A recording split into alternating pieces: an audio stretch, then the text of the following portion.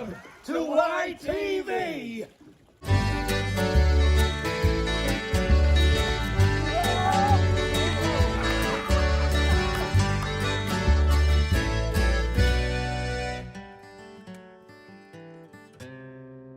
The Young Un!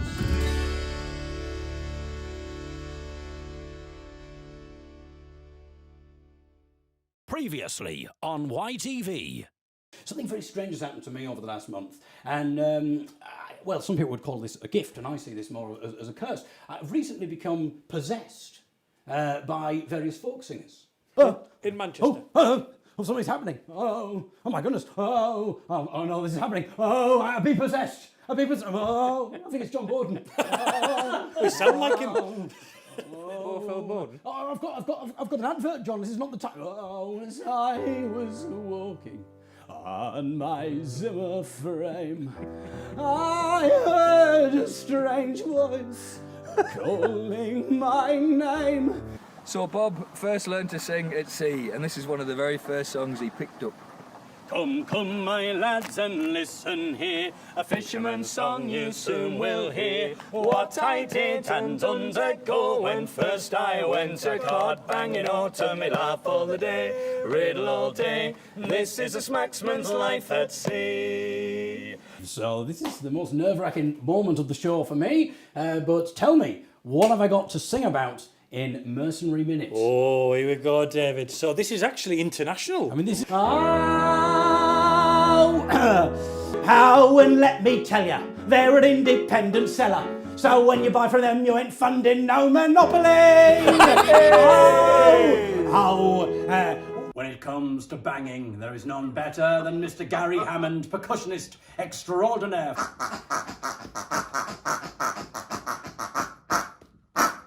Hello people, it's Harry here and I'm going to sing a song called St. John Ball. I'm going to do it in David Eagle's accent. David Eagle is one of my personal music heroes.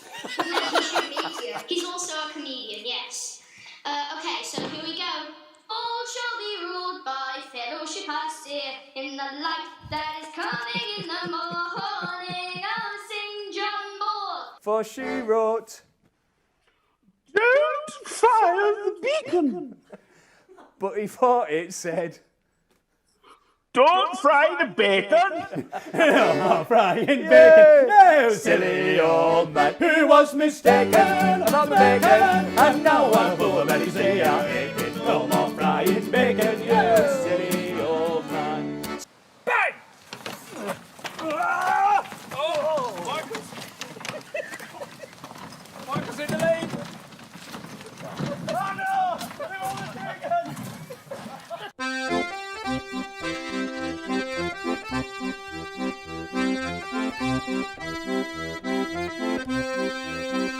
And if you think life can't get much worse, you could have the additional curse of being in a folk band with Michael Hughes.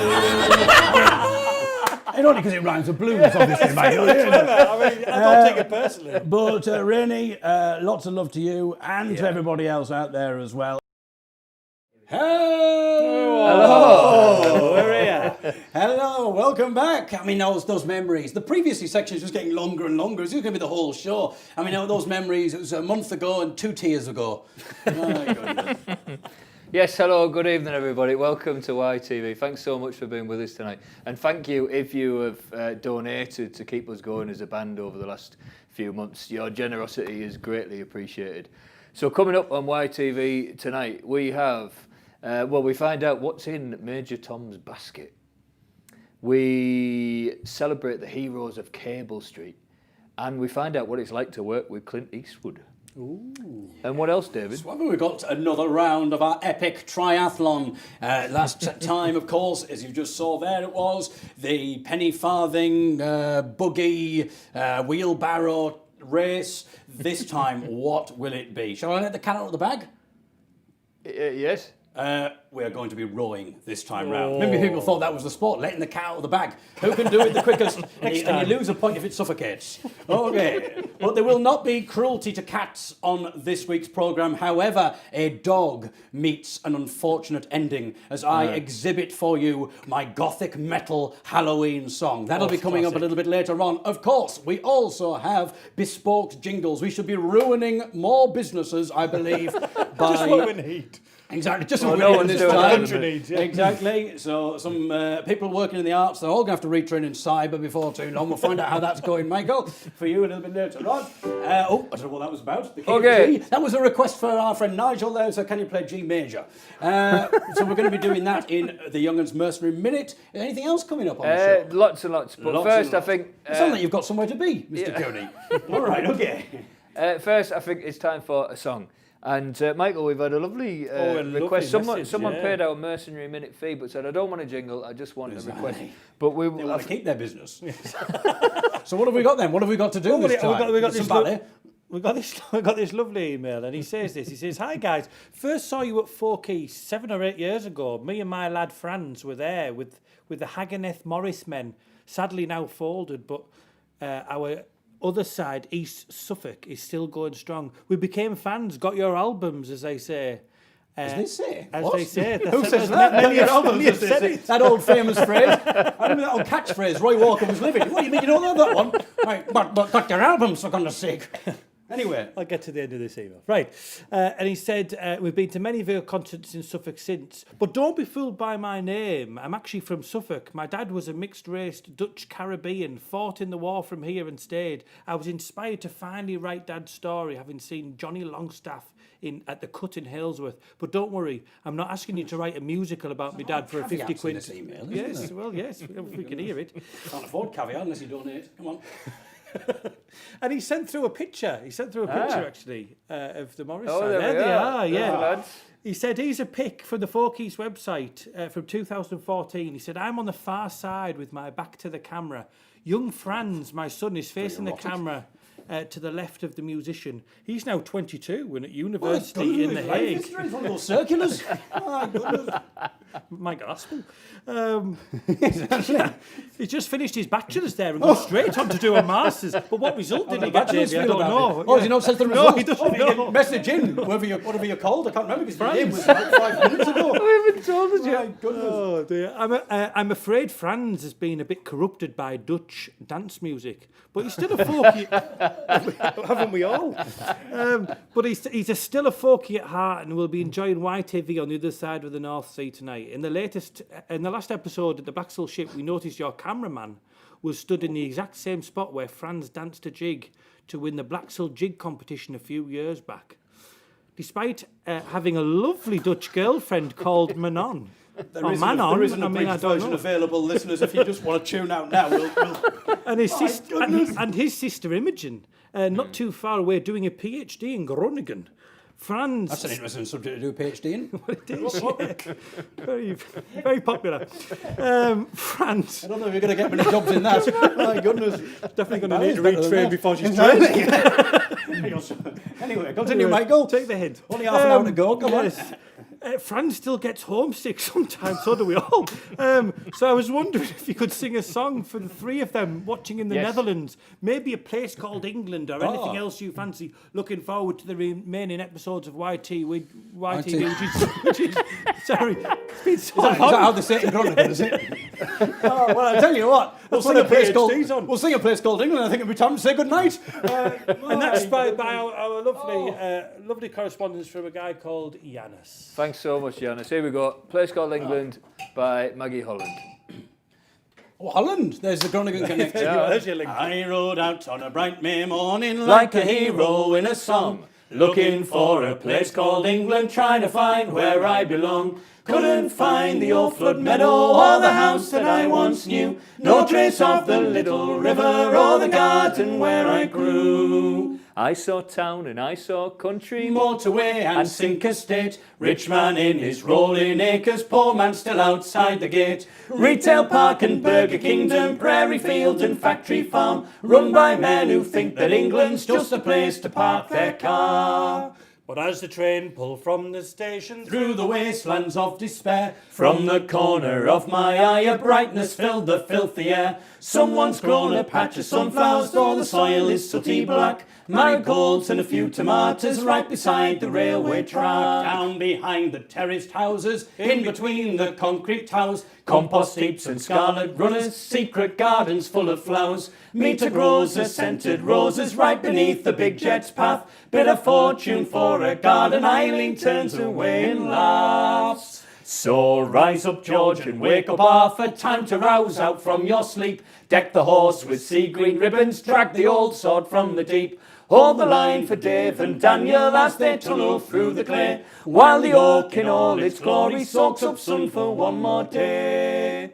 And come all you at home with freedom, whatever the land that gave you birth, there's room for you, both root and branch, as long as you love English earth. Room for vole and room for orchid, room for all to grow and thrive. Just less room for the rich landowner, he can stay in the Virgin Isles. For England is not flag or empire, it's not money, it's not blood, it's limestone gorge and granite fell, it's Wealdon clay and Severn mud. Blackbird singing from the May tree, lark ascending through the scales, robin watching from your spade, and English earth beneath your nails. So here's 2 cheers for a place called England, sore abused but not yet dead, a Mr. Harding sort of England, hanging in there by a thread. Here's 2 cheers for the crazy diggers, now their hour shall come around. We shall plant the seed they saved us, Commonwealth and common ground.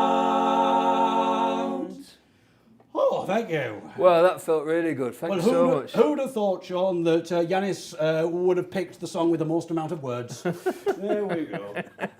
Oh, dear. Okay, what's been happening then, Davey? It's been I mean, I think you were convinced that you weren't wearing tonight the same I'm not shirt wearing you were the wearing. same shirt No, tonight, I but don't apparently believe it looks exactly I don't the believe same. you. It does look identical, but I can see for me that it's thicker than last month's It's shirt. this shirt is a different consistency to right. the last shirt. Well, it's a hot topic on the old chat Is thing it? here, Davis. Yeah, Oh. most people are saying that it's the same shirt. Yeah, I thought that It's would what be the people case. Then. think, but it's not the same shirt. I don't know how I can possibly vouch for this. We should have got a close-up on the shirt last month, and we could get a close-up on this shirt, and we can compare and contrast. But I will try and find another. I think I just wear a lot. Is it a checked shirt? Yeah, but it's identical colours, though. Yeah. You know. All right, okay. Well, this is very interesting. It certainly is. Very interesting. What have I been up to? Non-shirt related. Yes. Did you do a gig with Reginald D. Hunter? I did a gig with Reginald D. Hunter, Fern Brady and John Robbins. People may know. Reginald was absolutely wonderful, or Reg, as I call him. I've got his number, Reg's number, and he has took to Twitter after the gig, and he said if it wasn't for virus, I won't do the accent obviously, if it wasn't for virus, David Eagle would be closing nights, which I thought at the start was a compliment. That he's saying that I'm so good that I could headline, but now I'm not so sure if he's saying if the virus hadn't destroyed these venues, David would have done it with his comedy. So I don't know about that. But it was wonderful meeting John Robbins. I don't know if people know John Robbins from 5 Live. He does a podcast with the comedian Ellis James, a wonderful podcast. And before that, it was a podcast on Radio X and XFM. I've listened to this podcast for years. So when I have entered the dressing room and John said to me, "Hello, David, it's John." Well, actually, he didn't know my name. He just, "Hello, it's John." And which is an important story because he has no idea who I am. And what I meant to say was, "Oh, big fan, John. I listened to your podcast." And I think what I was going for in my head, I was going for a little joke that I just thought of on the spot. Because sometimes I do that, listeners. Sometimes I do that, or viewers, whatever you are. And what I meant to say was, well, normally when I hear your voice, John, it's on the podcast. And so, you know, I hope that I don't forget that you're there in person and I do something awkward like go to the toilet in front of you. You know, that's what I meant to say. But what I actually said instead was just went, "Hello, John, listen to your podcast. Let's hope I don't go to the toilet in front of you." And then there was that like awkward sort of laugh type thing. Sort of laugh. And I was just about to try and explain myself when the promoter walked in and we were speaking to each other for 15 minutes, so I never got a chance to correct myself. And I thought, I can't bring it back up now because it's just going to sound absolutely ridiculous.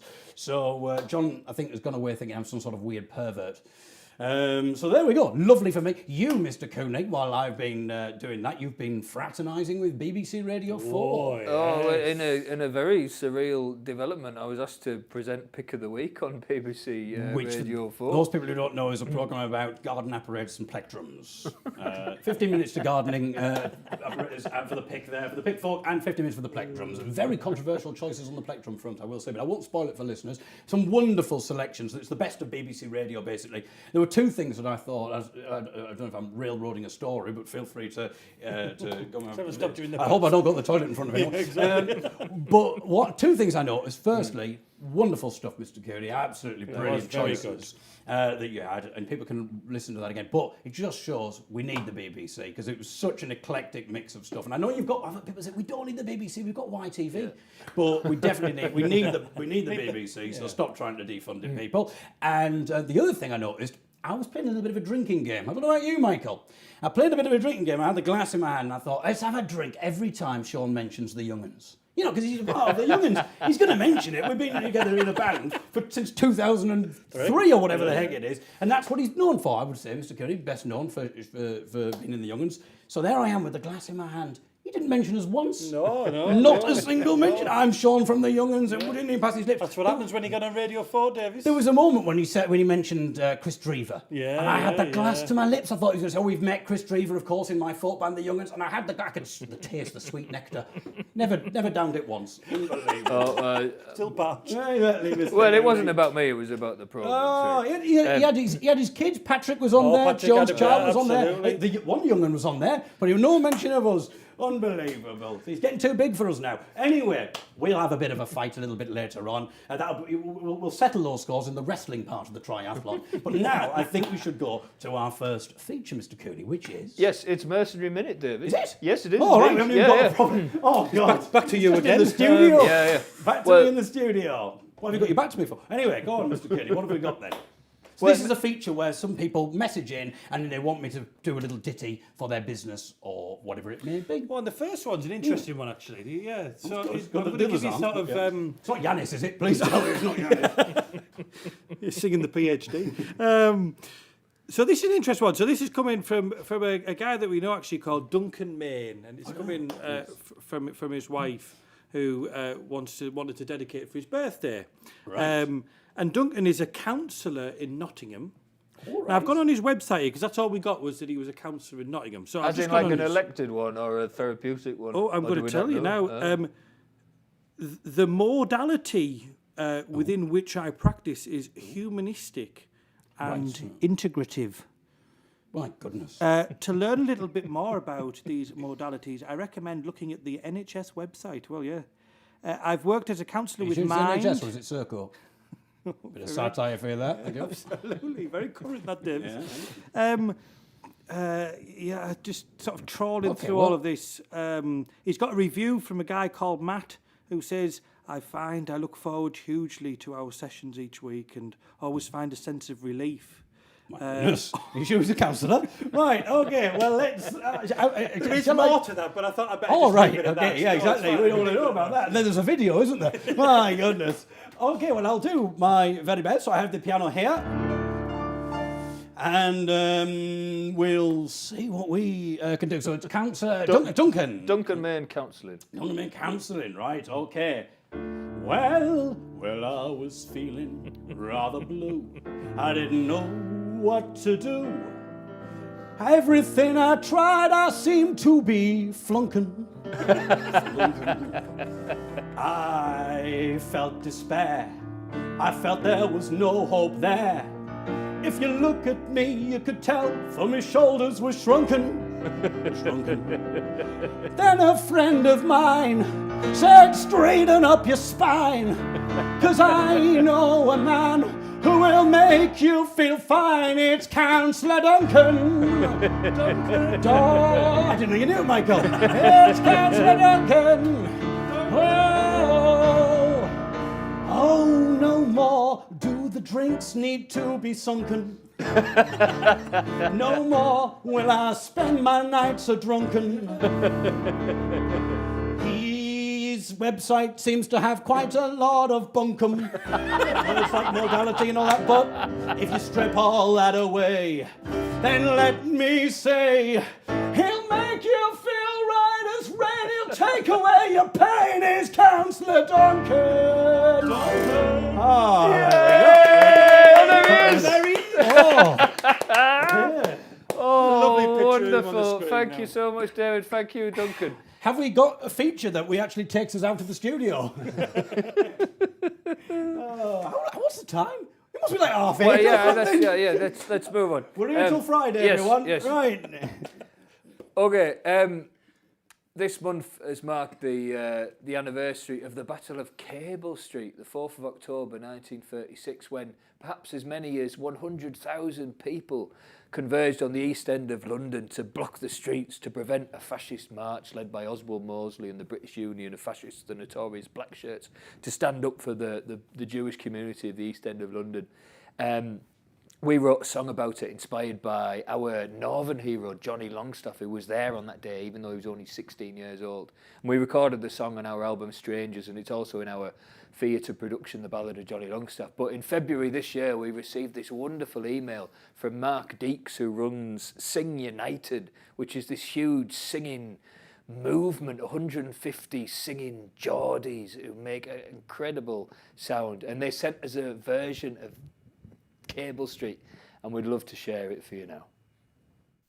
By now, the world was starting to realise just what Hitler was and what he represented.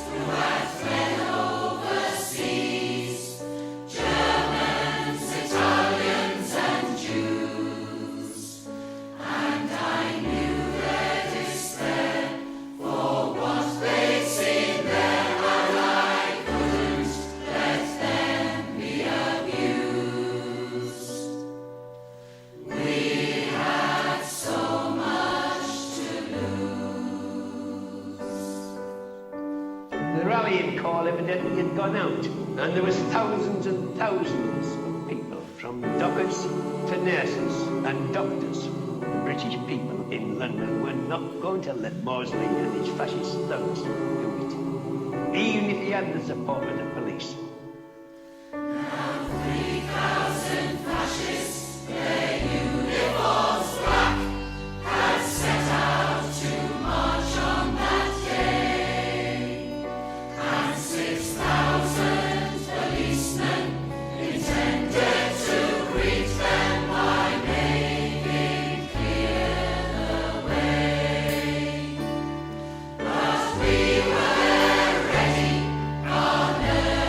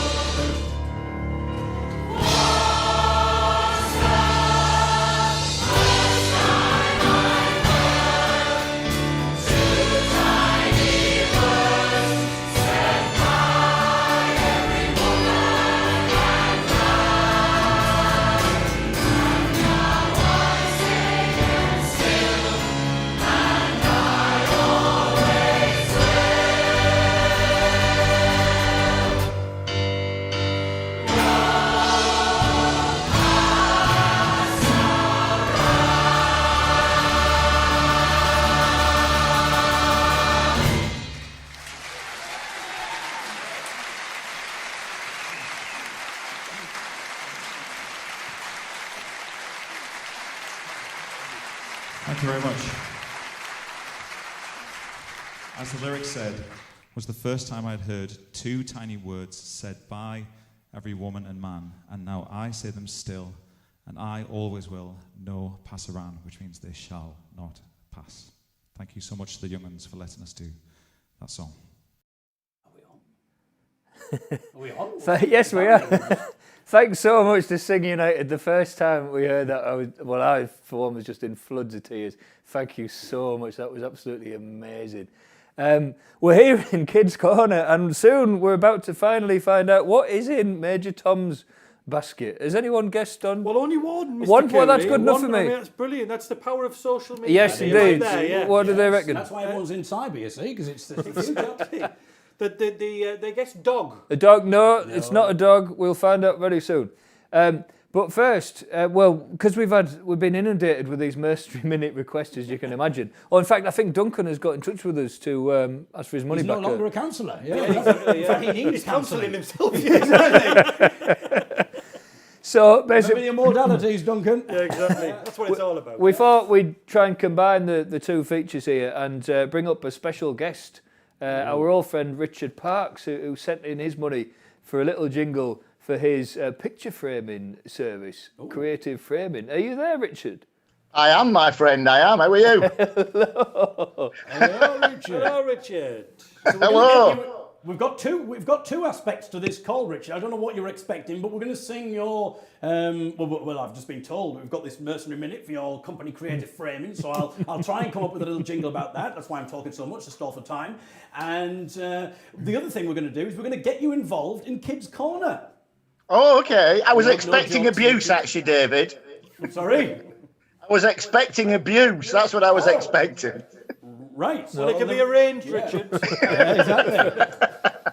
There's the You don't want any counselling, do you? No, exactly. We're going to abuse you, and then we're going to get you counselling. It all works perfectly. Okay, so tell us a little bit about your company then, Richard. Well, I frame pictures for people, David. Right and then, here we go. Yeah. Is that it? Do you want to say anything else? Well, no, just that, I've managed to survive, and I knew you three were struggling in the gutter, so I thought I'd spread the love. You know what I mean? Oh, so you don't Really actually need our support, really? You don't. Oh, I Actually, do. the business is Desperately, booming. desperately. Yeah, exactly. Oh, well, I'll do something. Have you got a favourite key? Yeah, it's the one I opened the shop door with. Oh, very good. Okay, I'll do it. A major. For Major Tom. Okay, so,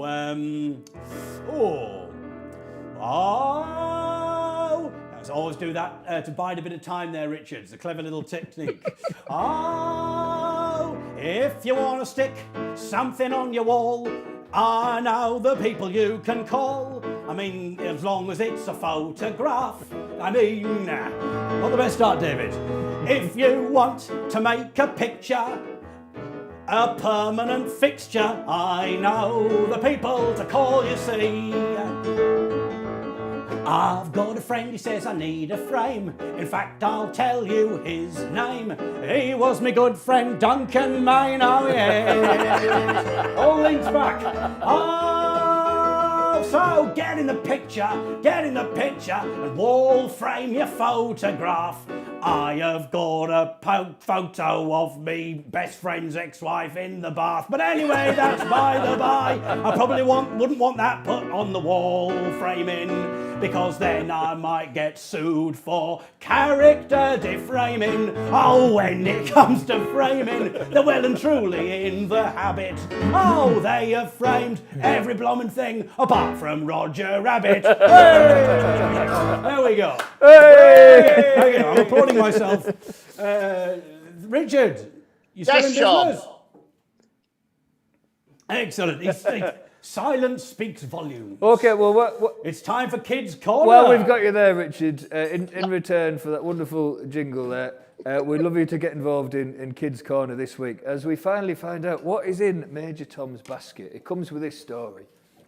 It was the spring of 1916, and Major Tom Bridges, serving in the Great War, was on leave in Paris. And when he got back to the trenches at the Western Front, he was carrying a champagne basket. He put it down in his dugout and was immediately called off to urgent business. All his men rubbed their hands with glee, looking forward to drinking that delicious Parisian champagne. They crept up to the basket, carefully opened it, but they got such a shock because inside the basket was actually a tiny, cute, cuddly, friendly lion cub. Major Tom Bridges had rescued it from a raffle in Paris and brought it to the Western Front. It became his pet. He called it Poilou, which in French means hairy one. And everyone loved this lucky mascot, Poilou. And there was all kinds of rumours going up and down the Western Front that Poilou was being trained up to go over the top and fight the enemy. Well, fortunately, Poilou was transferred safely back to England. But on the crossing, he actually got out of his cage and terrorised a few passengers and had to be coaxed into a first-class carriage. But he lived out his days in a happy retirement on a private zoo in Maidstone. But unfortunately, Major Tom was badly wounded during the war, so much so that he had to get his arm amputated. But being a faithful pet owner to the last, when he asked what they do with his amputated limb, and he was told, it would be thrown off or buried, he said, well, couldn't you give it to the lion? That's wonderful. So, we've got a song, Richard. It's all about Poilou. We wrote it with a group of kids a few years ago. And what would you like Richard to do, David? I would like you, Richard, to roar. So we need a lion roar here. And I think what would be good, actually, is if you can imagine the evolution of the lion. So maybe it starts off as a cub, but as the song progresses, maybe it's a fully fledged lion that's just eaten an arm. So firstly, just give me what you would class as your second from most ferocious roar, Richard. That's your second most ferocious. My goodness. Okay, so what's going to happen is Sean's going to put his hand up, and when he does, that's when we want you to roar. We want it a bit better than that. Yeah. And you join in at home as well, people. You might need to put your hand up a little bit before he's meant to roar because of the delay that we have on Zoom. Okay.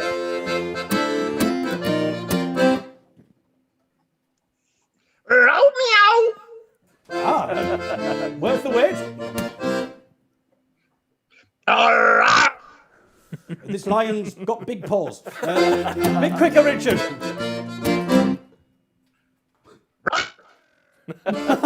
Goodness. It's going to be a long song, Yanis. Waloo, the lucky lion of the war. Waloo, scares the Germans with his roar. Waloo, his teeth are sharper than a sword. Waloo, the lucky lion of the war. Here we go. Yeah. Oh! He arrived in a basket made for champagne. He had tiny paws and a fluffy little mane. But soon he grew as big as a train. He's our pet lion and Poilou's his name. Poilou, the lucky lion of the war. Poilou, scares the Germans with his roar. Poilou, his teeth are sharper than a sword. Poilou, the lucky lion of the war.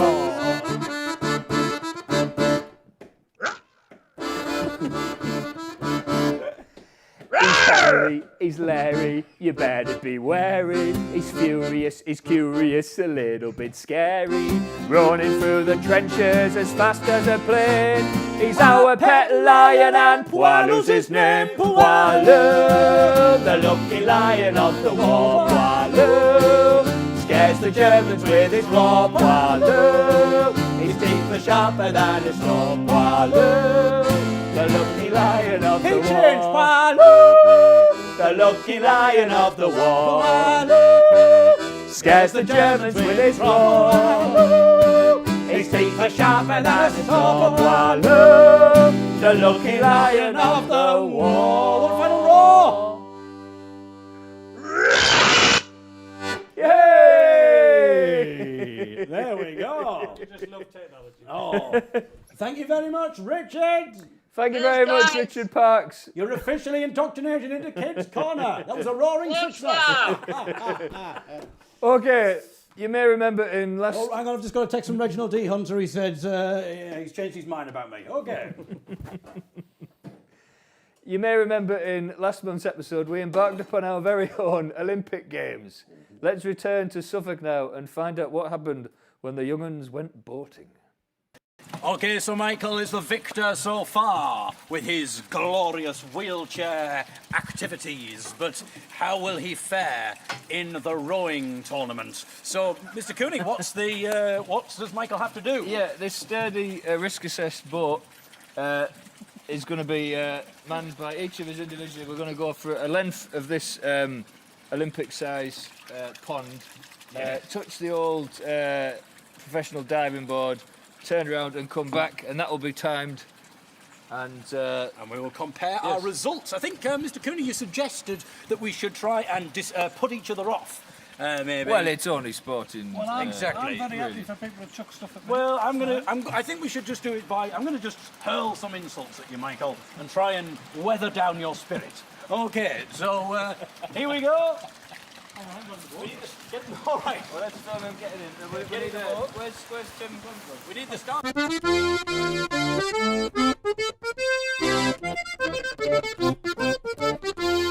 Ready? Steady. Bang! Michael! Yes! I'm not going anywhere. I don't even need to hurl insults. I don't need to hurl insults. What's this?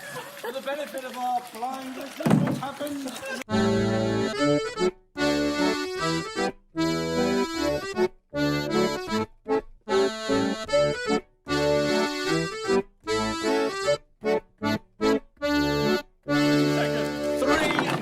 20 seconds. Thank you, Tim. Excellent. Can I get a shot of the loafers here, Mr. Bell? Okay.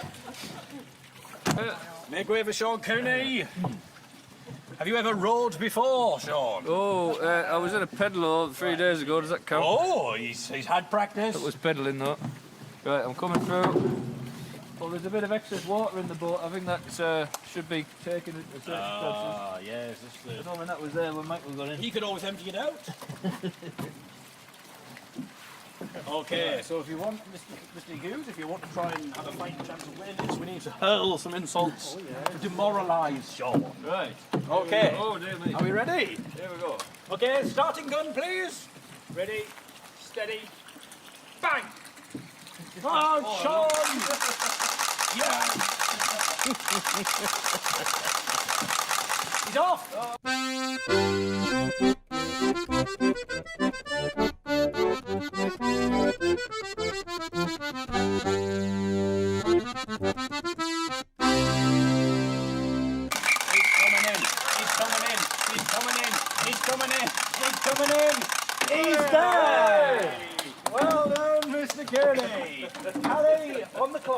4 minutes, 20 seconds. 4 minutes.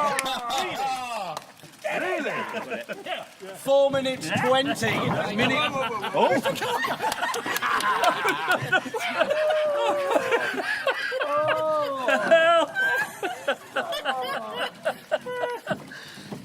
Peaked him early there. Sit on the edge. Yeah, that's it. That's it. All right. Okay. Okay. Yep. I'm in the boat. Okay. Is this the seat here? That's it. There we are. Right, I'm going to hand you the oars. Okay. Just the one on there, the oars, yeah. One or two? It's probably best to do it like that, is it not? Like a kayak. Probably, yeah. Yeah, I think. You ought to skip that. What? Right. No, I mean, you could do it like that. I don't know how it... I think that might be a good idea, David. The two ones might be... Oh, sorry. So why don't you do Let's left go for to both right, sides. left to right? Yes. All right, I'll give it a go. A Y50 style. Okay, I'm ready. So where am I going? I know which direction. Point you in the right direction. Ready? Go. That's a great start. Away from you. That's it. Oh, wrong way. It's off. He's making a steady course right up the middle of the pond. He's headed for that old diving.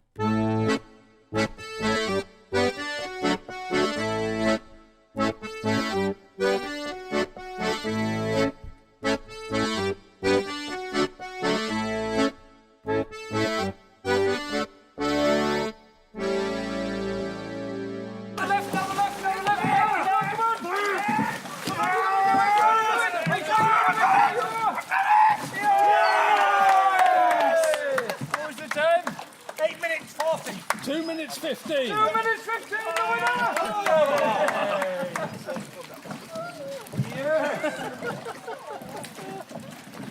Thank you. There you go. The amount of times people have told me not to stick my oar in, but they were clearly wrong. Because that was awesome. Thank you. Oh, new text from Reginald D. Hunter. He's changed his mind again. I like it. Thanks after the awesome pun there. Wonderful. Part 3 of our triathlon will be back next month. What will it be? Yes, interesting. Is the first appearance of Horace the dog there. I wonder, will we see that dog again? Who knows?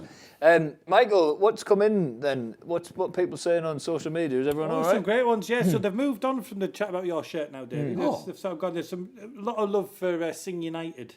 Excellent. Which is great. A lot of people now commenting on your rowing technique, Davis. It's better than mine.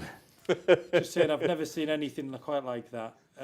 Oh my God, I can't stop laughing. David rowing, lol, crying face. I mean, It's interesting reading out lol, isn't it? Yeah. Anyway. I hate it when people say lol. We haven't got time to get into Well, you've that. said it twice in the last minute. They're like that, yeah. But I hate And it. the final comment that's just come in is by a guy called, or a lady, I don't know, Fat Peanut, who simply just says, yo. You said peanut. Yo. Yo, there we are. That's it. Oh, right. That's their contribution. Bit of peanut yo-yo. Did they do them? I can't remember. Right. Yeah, I think we've had another mercenary minute from a bit like us really, from a guy from Stockton with a Sheffield connection. Is that right? Yeah. So he says this, Davey. He says, now then, 50 quid in, because the ballad blowed me over. As a soldier brought up around the corner in Norton Road, I thought it was incredible. Thank you. For Mercenary Minute, David, my name is Tomo from Stockton. What's his name when it's not for Mercenary Minute? Interesting, he's got a pseudonym there. Originally from Stockton, but now living in Sheffield. After a career in the army, I now run a company called The Path Less Travelled, teaching outdoor pursuits and involving people in protecting the environment. Could you do me a little ditty about looking after nature and all that's good about it, please? Thank you, David. Oh, of course I can. A song about nature. Okay, so used to be in the army. Okay, what's his name again? Tomo. Tomo. Okay. Oh, Tomo. Oh, Tomo. I love you. Oh, Tomo. Oh, thank you for the 50 quid. I know you love nature. You love all of nature. I'm sure your favourite fish is a squid. Oh, Tomo used to be in the army. He used to like to march to and fro.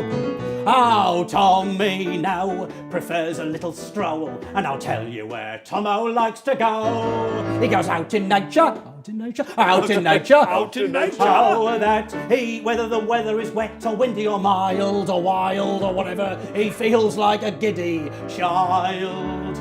But if we don't look after nature, if it is not preserved, then climate change, I'm afraid, cannot be swerved. So look after the birds and the bees and all of nature's fruits, so we can enjoy outdoor pursuits. There you go. Yay! Lovely, that. Thank you. Very good. Thanks so much, David. Thank you, Tomo. Lovely stuff there. This is a bit of a link to you then as an ex-soldier. The story that we're going to feature now is a couple of ex-soldiers in it.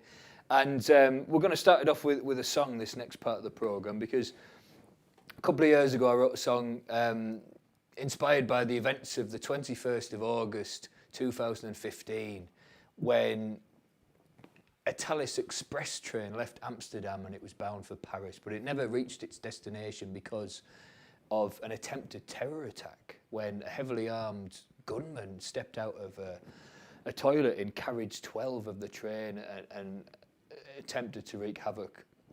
But luckily, it was foiled, this attack, completely by the heroism of various people who were sitting in that train, and the names of all of the heroes you'll hear in the song. So the song is called Carriage 12. Anthony Sadler was a long way from home, with Alex Galatos and Spencer Stone.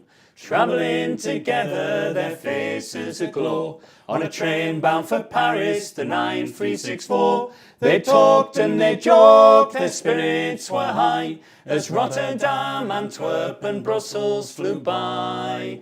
They crossed all the border at 5:45, and by 6 o'clock they'd fight for their lives.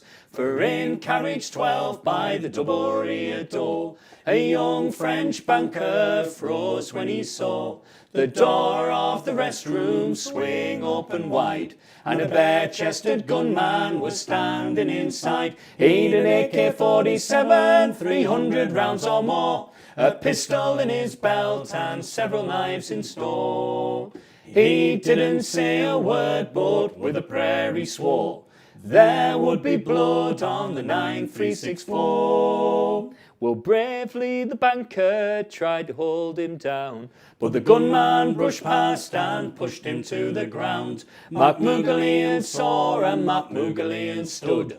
The pistol was fired and the carriage filled with blood. Well, the three friends were startled when they heard the sound. Let's go, said Skalatos, his feet quick to the ground.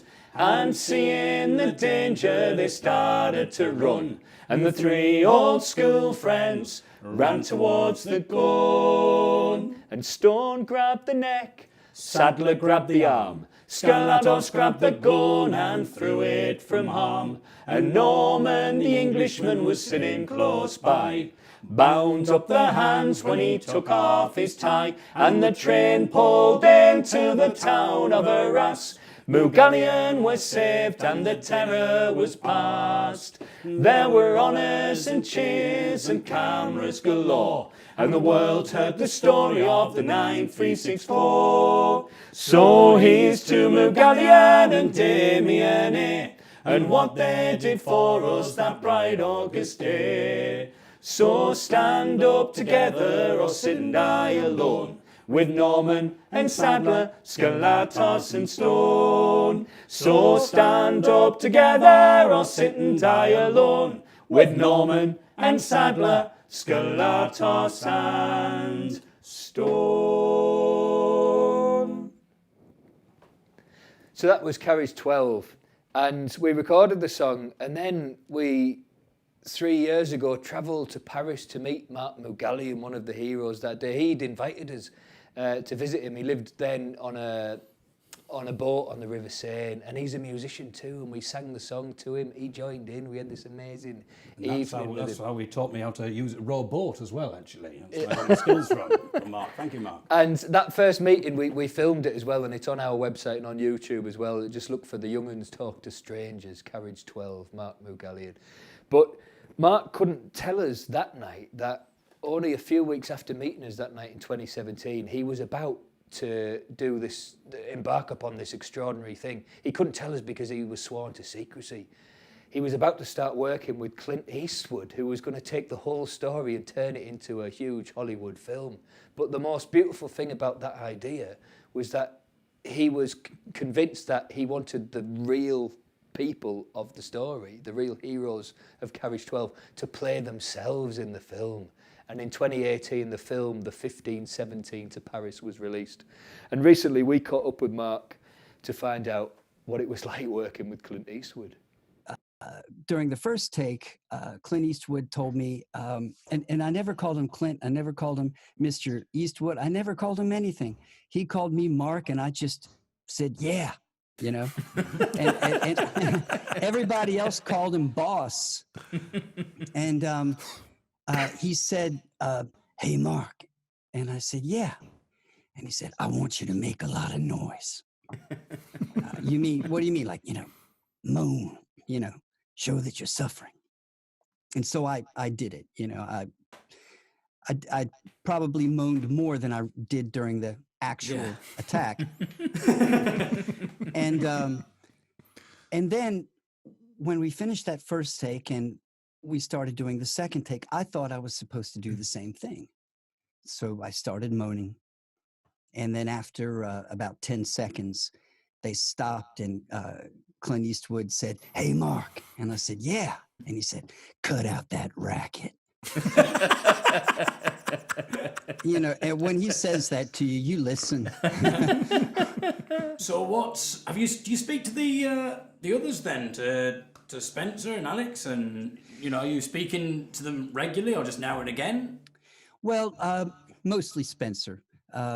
We've and also Anthony, but mostly Spencer. Spencer and I talk, several times a year on the phone.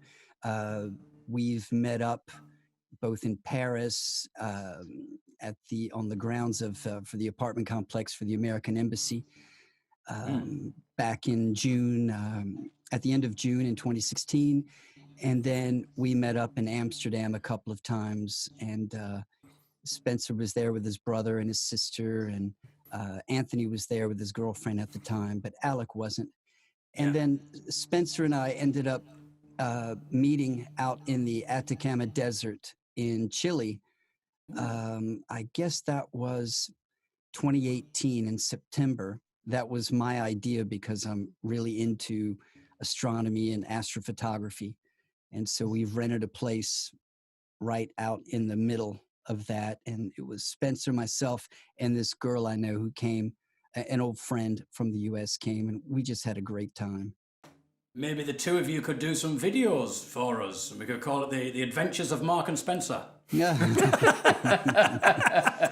I think Spencer would like to go back to South America. He had never seen anything like that before. I think we've got the budget for that, haven't we? Absolutely, yeah.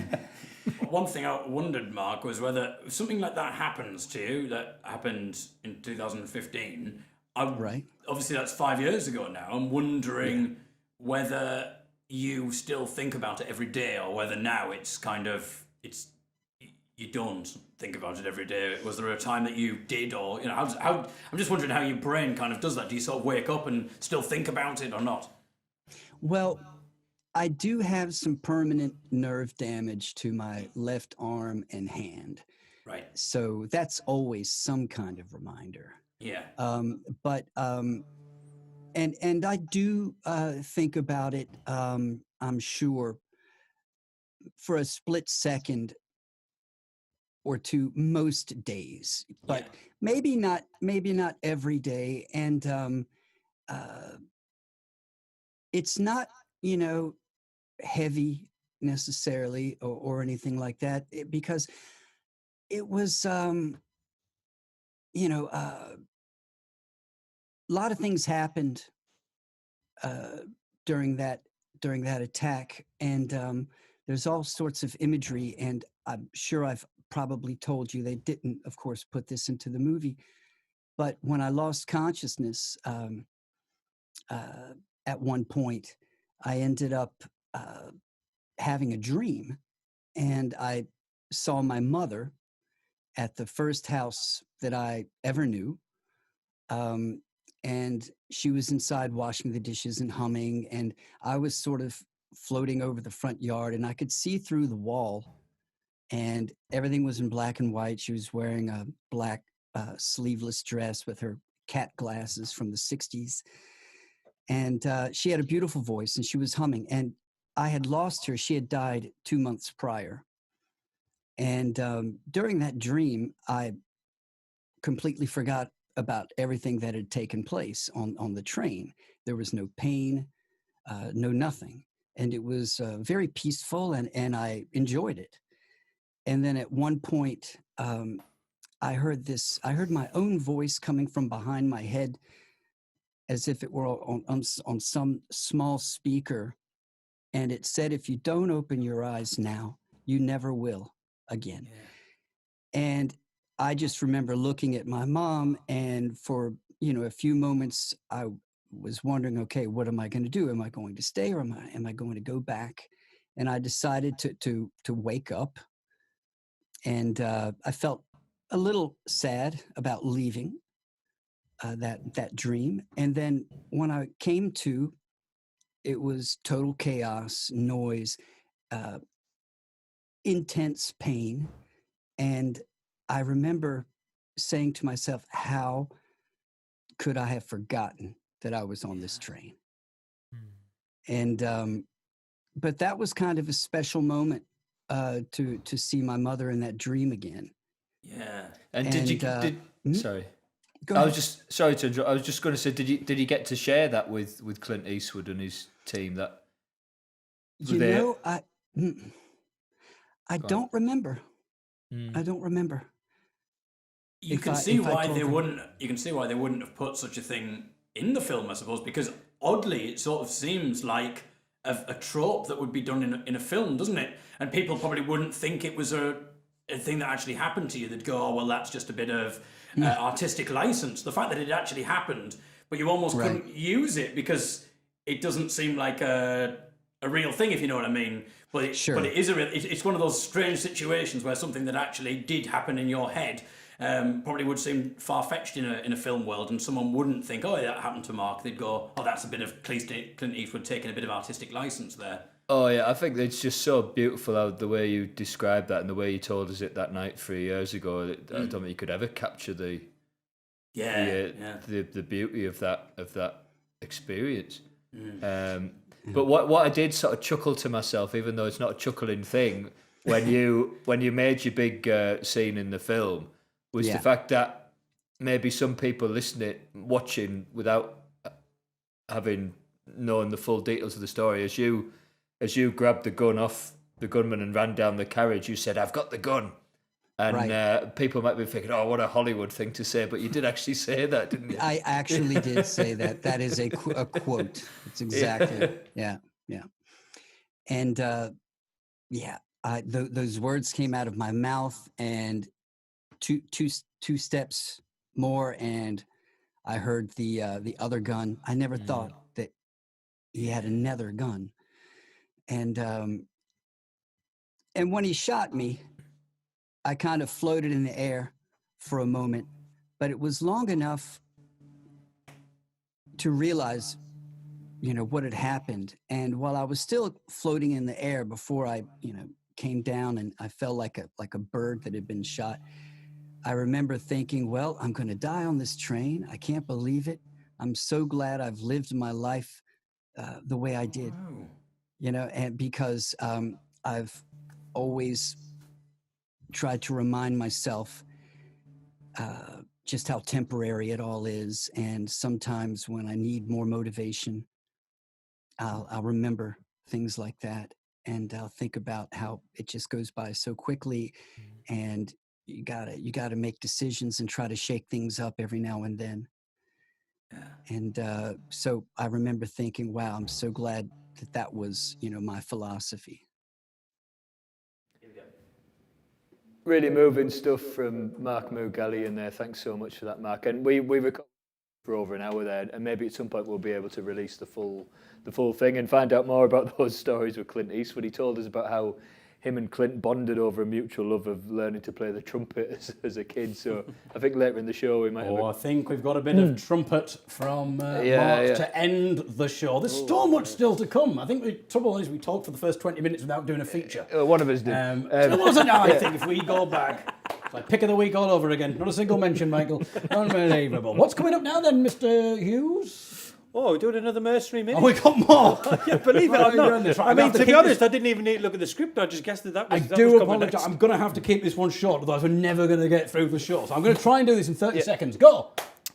I'm here in France, starting a craft brewery, and need David's help with the publicity. Well, I'm just thinking if it's French, maybe I should go for the accordion. Yeah. Oh, that'll be better. Oh. Here you are, Davies. This is quite catchy, actually. You'll be fine with this. The brewery's called Fox Hat Chapeau de Renard Craft Brewery in Hon. Where's that? Where's that? I think it's Spike Milligan's favourite brewery, that one. What? So where's that? Where's that? He says, take a look at my website. The problem is I've taken a look at his website. It says website doesn't exist. So he's already got out of business. That's the challenge. So he has actually. Right, okay, well, I'll do my best then. Do you want me to remind you of that name? Chapeau. So Fox Hat Chapeau de Renard. Well, Fox Hat, that's what it means. Chapeau de Renard means Fox Hat. Oh, does it? Yeah, Chapeau de Craft brewery in Hump. Humps. Okay, humps. Okay. Oh, if you like. I'm going to do it for everything. That's a bit French.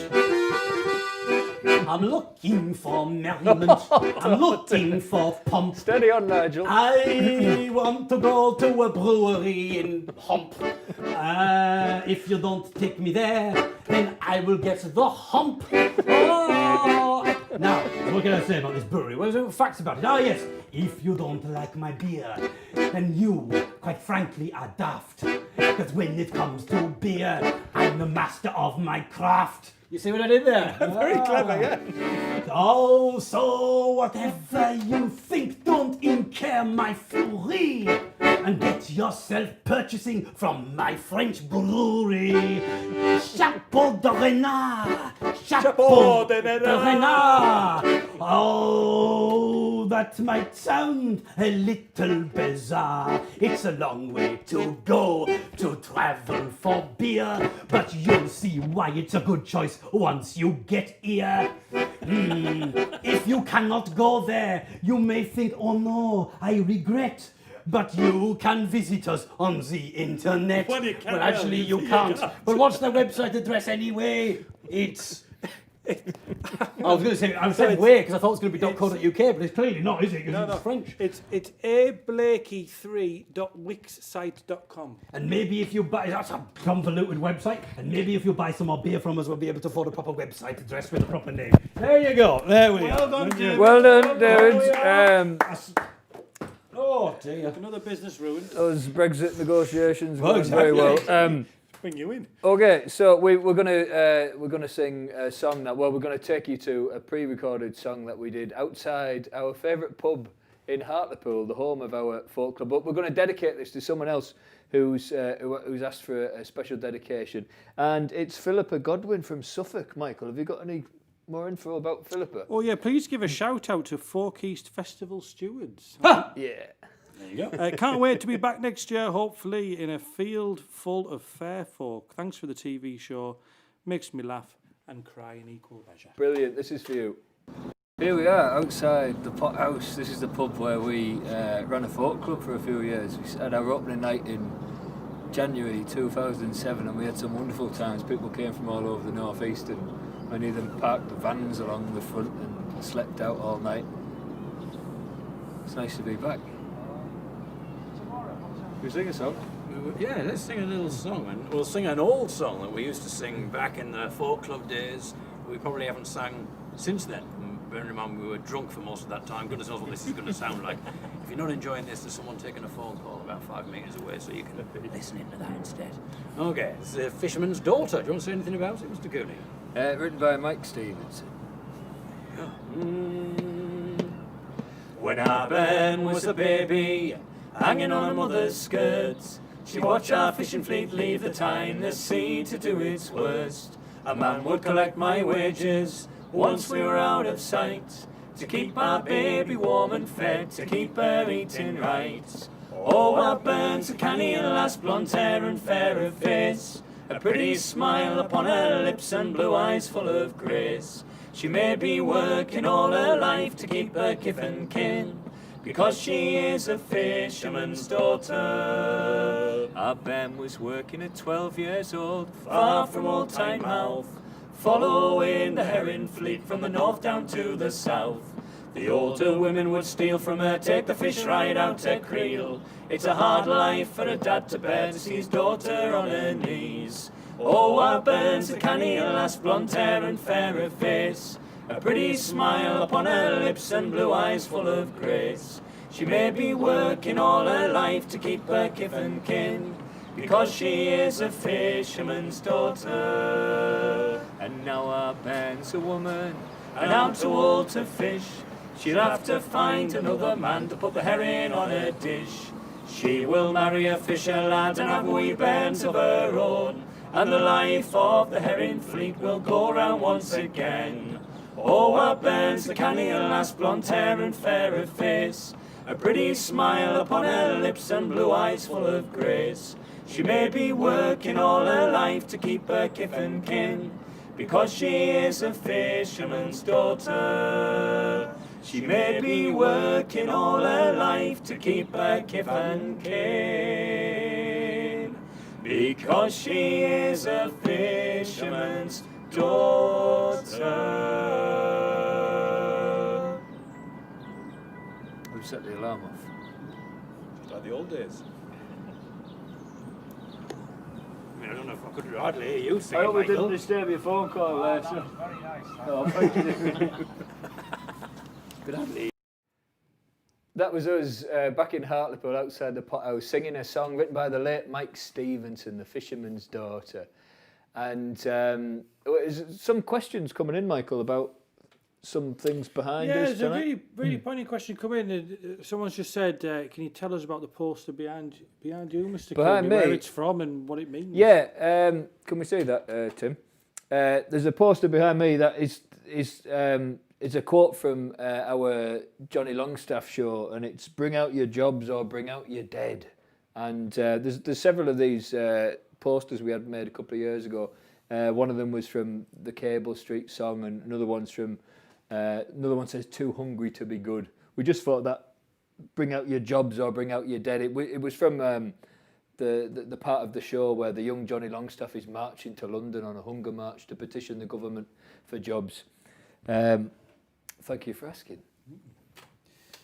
Okay. What could possibly be next? Gary Hammond's percussion instrument of the month. We forgot to tease that before, and we have a song about a dog still to come. I think we've mentioned, and goodness knows what else. We better rattle through. I think we've got another bloody Mercenary minute though. Keep coming, Davis. Keep coming in. Here we go. What have we got then? Can David do a jingle for Clevedon Community Bookshop Cooperative? We are a community bookshop selling second-hand books at our shop on Copse Road and also on the internet. Are you sure? There's a website working. Well, give me one. It takes you to the brewery actually in France. We are entirely run by volunteers, and all our stock is donated by the local community. Can you also give a shout out to my daughter Sadie? We are both big fans of Co-ops and the Young'uns. Oh, excellent. Well, shout out to Sadie, whatever that constitutes, a shout out. And, okay, some people say you shouldn't pass the book, but I would disagree. For I know a bookshop in the Clevedon community. You can see I'm retraining as a jazz musician here. Oh, I've been there before, and I could be there for ages. Oh, I love to peruse all of the pages. All of the people there are volunteers, which means they don't get any wages. So what are you waiting for? What are you waiting for? Come to Cleveland Community, Clevedon Community Bookshop Cooperative. That's hard to remember, especially if you've got a memory like a sieve. Okay, my goodness.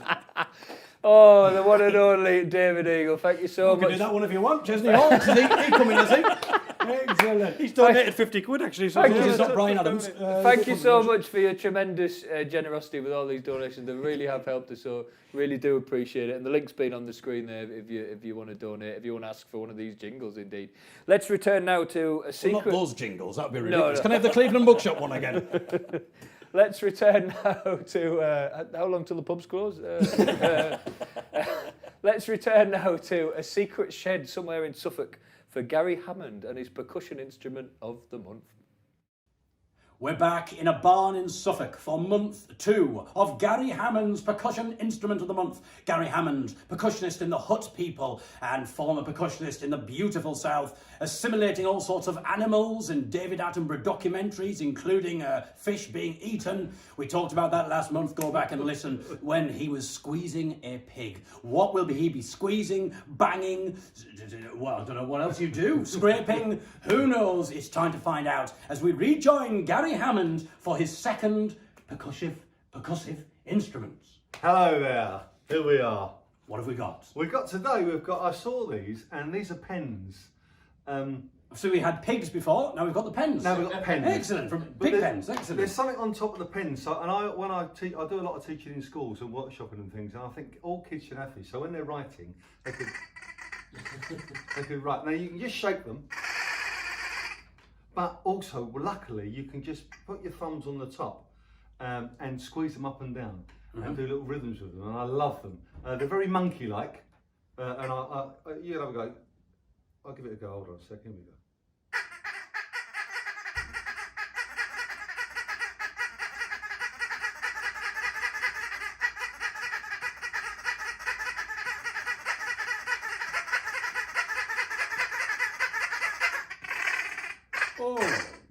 Oh, goodness. It sounds like a sweep at a swingers party. Right.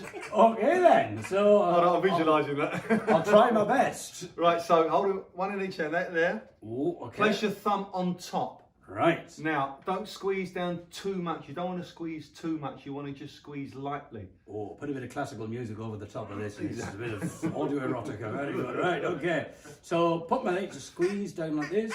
That's it. Okay. Any other tips before I start? Not really, but just don't go too fast with these because you overload the sound. You don't want to do that. Okay, and, okay. What do you mean by overload the sound? They just mash up too much. You can't hear the rhythm. Nuance. You can't hear it's the intricacies, isn't it? Absolutely. Yeah, I agree. When I was in, I would say it's very nuanced, this instrument. So it'd be a shame if you didn't hear those idiosyncratic intricacies. So here we go.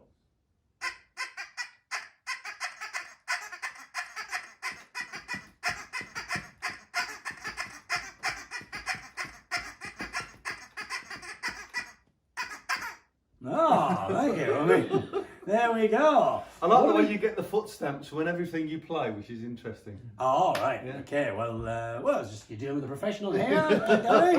Excellent. Well, we'll be back next month for month 3 of Gary Hammond's Percussion Instrument of the Week.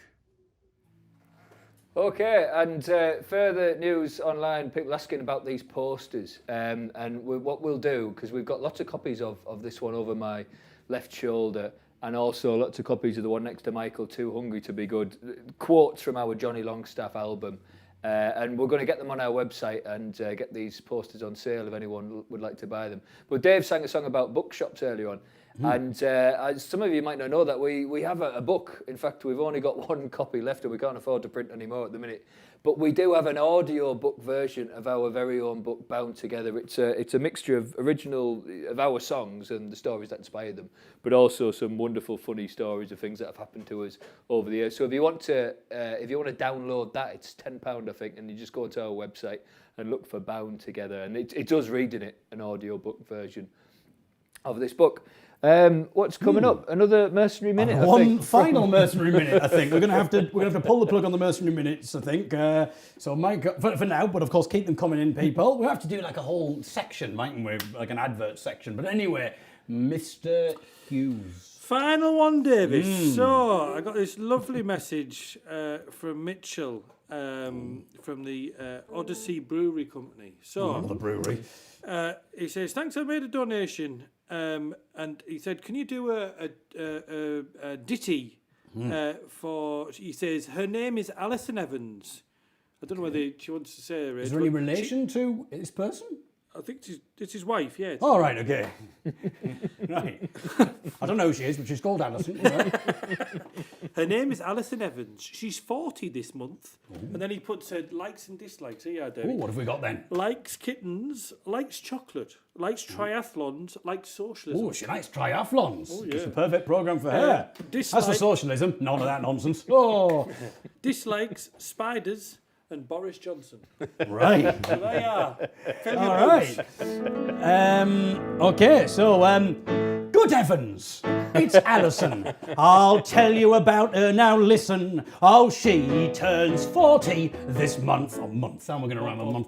Brilliant. Good start. I've been asked to sing a ditty. That's what her husband asked me, because we're a favourite folk band, much better than the Anks. I did it. She does. He likes Kittens. What does she like? sorry, Chocolate. kittens. She liked chocolate. She liked kittens. Triathlons. And socialism and triathlons. Well, both those things she's smittens. But she doesn't like Boris Johnson and spiders too. Oh, Alison, I've got some terrible news for you. Oh, I've got a mate. He's a government insider. He says that Boris Johnson is actually a spider. And his real catchphrase is, let's get Websit done. I'm serious, guys. He spins a web of lies. He wants to make the spider species #1. And if you don't believe me, ask my friend Tony Blair. He says the time has come for us to act. Oh, Tony Blair says we should declare a war on Iraq. Nids. Oh, listen up, kids. I'm lifting the lids on the conspiracy theory before the song gets too dreary. Let me conclude in a way I find shrewd by saying, Alison, dude, I hope, without further ado, let me just end by singing happy birthday to you. Here we are. Oh, dear. Oh dear me, Mr. David Eagle, what an absolute joy. When you say dear me, I've just suddenly realised maybe with the second-hand books was dears. That wasn't about books at all.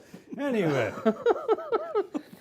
Well, unfortunately, we're coming towards the end of our show with you tonight. Thank you ever so much for being with us. We've had an uplifting time. We certainly have. We hope you have too. We've got a few things to say. Things coming up. What have we got? Oh, we talked about Radio 4 quite a lot tonight.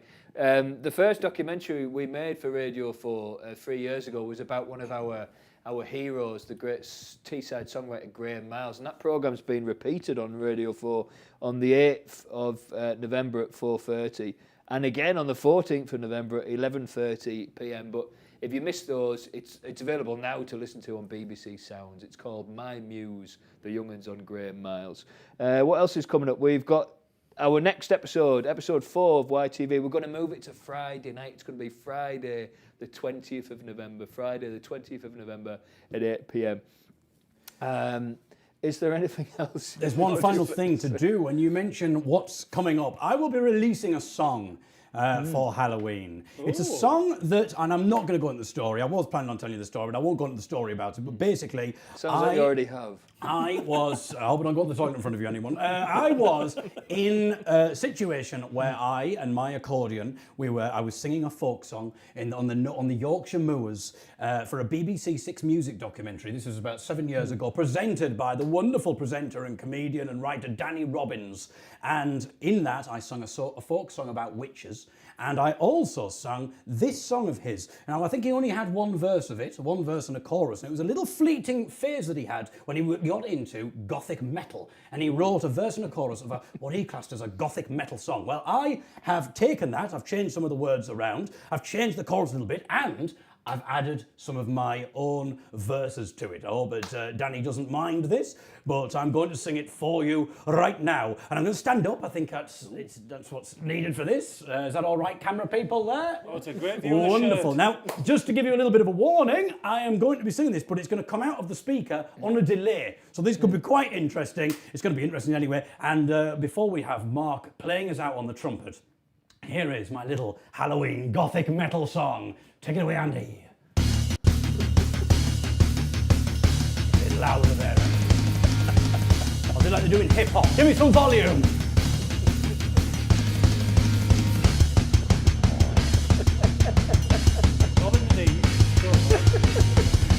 Okay. Like a pigeon. Here we go. No pigeons involved. Wake up, Rover. It's time to die. Look up into the darkening sky. You've been my pet for many fun years, but now I've got a task that'll cause you tears. Your days of warmth and security are through, 'cause I've got another use for you. I'm afraid it's not quite as nice. You're gonna be a pet sacrifice. I'm killing my dog. I'm killing my dog. I'm killing my dog for Satan. I'm killing my dog. I'm killing my dog. I'm killing my dog for Satan. All together. I'm killing my dog. I'm killing my dog. I'm killing my dog for Satan. I'm killing my dog. I'm killing my dog. I'm killing my dog for Satan. We've had you since you were a puppy. And boy, how you've grown, but now it's time to leave the safety of your family home. Put down that shoe toy, leave go of that bone. There's no one you can call, there's no one you can phone, and even if you could call someone, they wouldn't get here in time. Anyway, who would you call? K999. You've always been a friendly, faithful chihuahua, but now I'm offering up your soul for the devil to devour, 'cause I'm killing my dog. I'm killing my dog. I'm killing my dog for Satan. I'm killing my dog. I'm killing my dog. I'm killing my dog for Satan. I'm killing my dog. I'm killing my dog. I'm killing my dog for Satan. I'm killing my dog. I'm killing my dog. I'm killing my dog.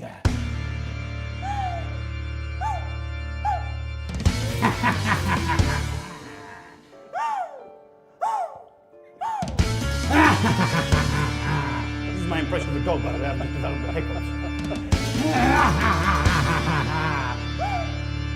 Join in if you know.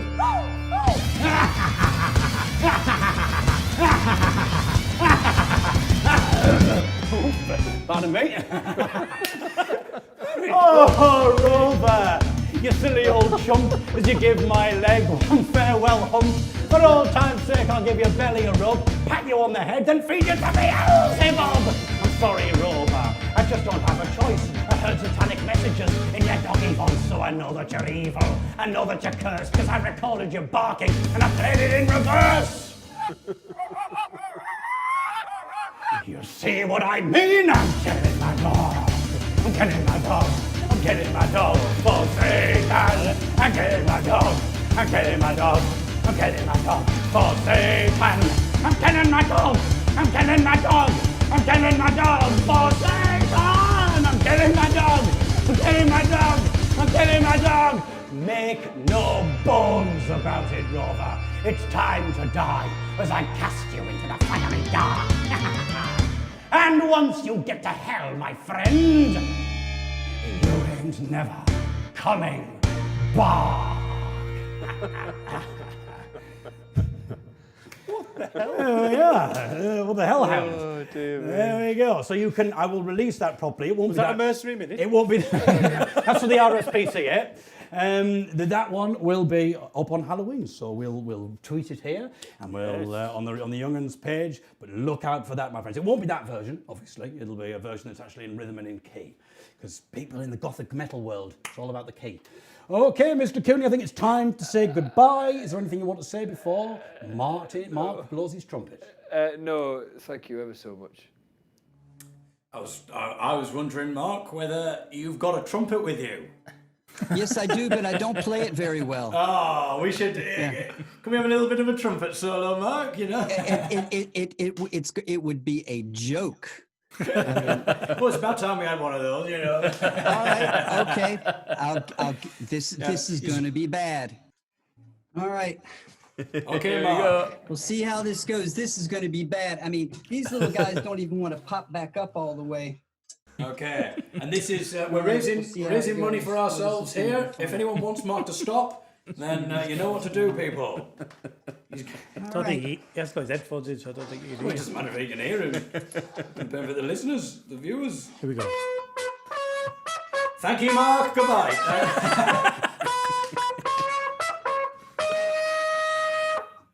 Well, we've certainly got the back action. Oh, very good. What was that?